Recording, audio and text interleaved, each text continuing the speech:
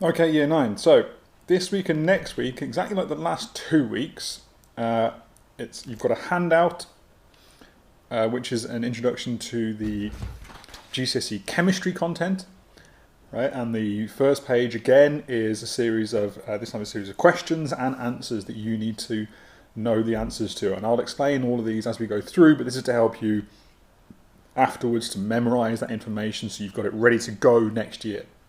Okay, and I'll work through them the same way. So already today you've watched the answers to the last week's homework, and now we're going to start on this week's content. So if you've downloaded this, that's brilliant.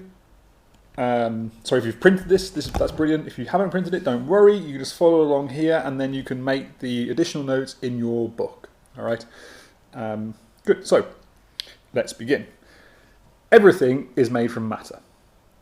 A particle is a tiny piece of matter. The word particle can be used to describe something quite big, like a particle of dust, so you might be able to see some particles of dust near you now, or something so small you can't even see it with the microscope, like an atom. Okay, if you look around, everything's made of atoms, but you can't see the atoms. In chemistry, we'll be talking about certain types of particles, atoms, ions, molecules, and compounds. And I'll explain what all of these different words mean to you, but they're all types of particles. So when I use the word particle, I'm using it to mean any piece of matter, any tiny piece of matter. So this first part is about the particle model, which is a scientific model for how particles are arranged and how they move in different substances. The particle model assumes that all particles are solid spherical objects that cannot be compressed, like a snooker ball.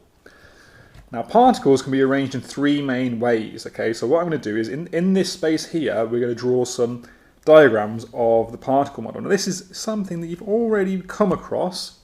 Okay, so you should be familiar with this. The first one are the particles. Actually, I'll do it that way. I'll do it this way. The first ones are particles arranged in a solid. Second, the particles are arranged in a liquid and a gas. Okay, so in a solid, the particles are arranged like this.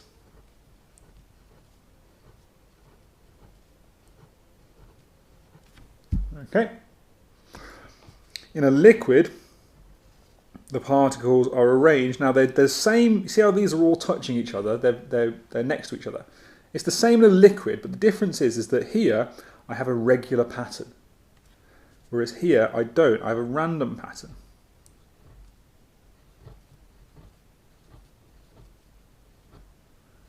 Okay, and you'll also notice that here in the solid, the shape is its own shape. You see it's got its own shape. Okay, it doesn't matter what the container is, the solid's got its own shape. Whereas now in the liquid, it's starting to take the shape of the container.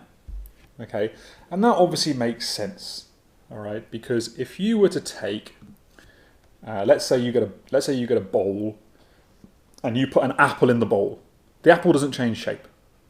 But if you pour water into the bowl, the water will take the shape of the bowl. I mean, the apple doesn't take the shape of the bowl, but the water does.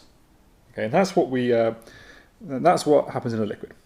And then in a gas, we have, it doesn't just take the shape of the container, it fills the container. So you have this gas will look like this. Okay. Now there are a lot of different things that people do when they draw these. Okay, so people tend to, so you shouldn't be drawing anything yet. People tend to, when they, especially when they draw liquids, is the one they really get wrong. So people like to draw liquids like this. Okay, they like to go along in these long lines. All right.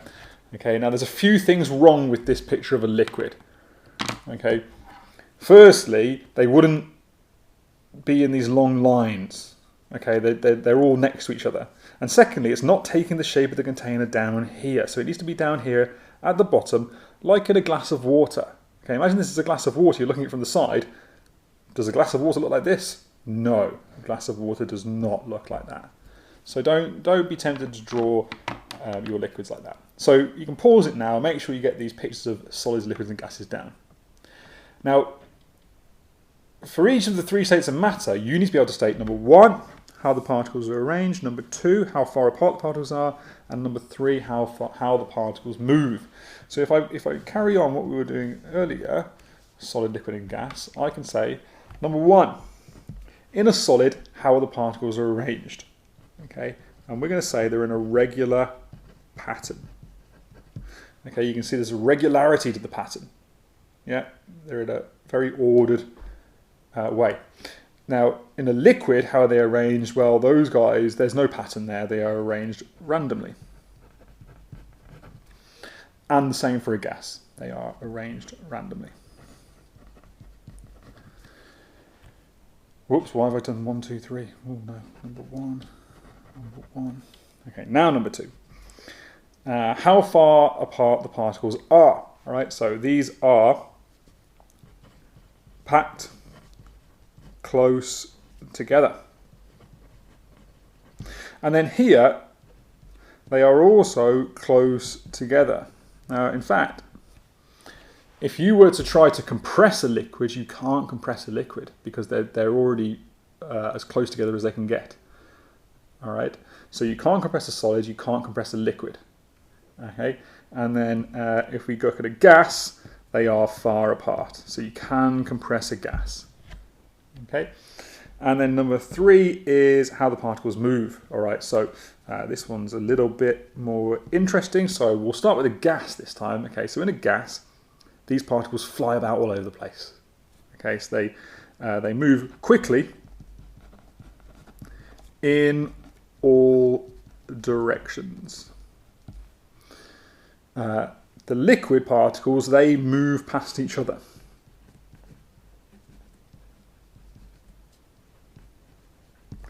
And finally, our solid particles, well, they do something a little bit different.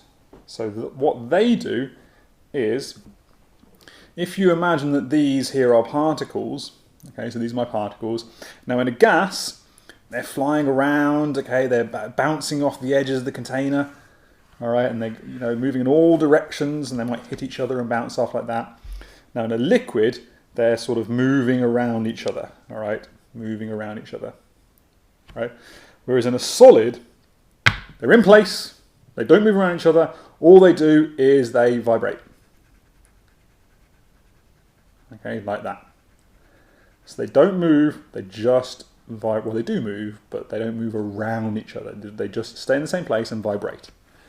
Okay, and what we're going to do is we're going to say that they vibrate around a fixed position. Okay, and that means that they stay in the same place, but they vibrate. So, what we can do is, remember, we're talking here about the particle model. Okay, so this is a model.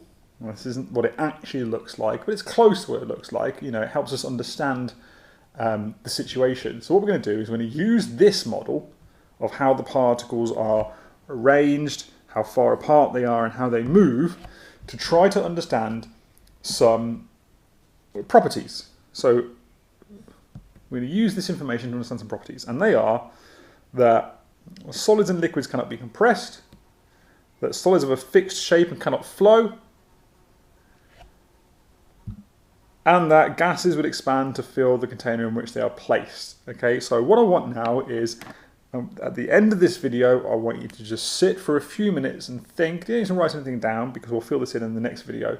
Just have a little think about why those properties might be the case based on what you've seen up here.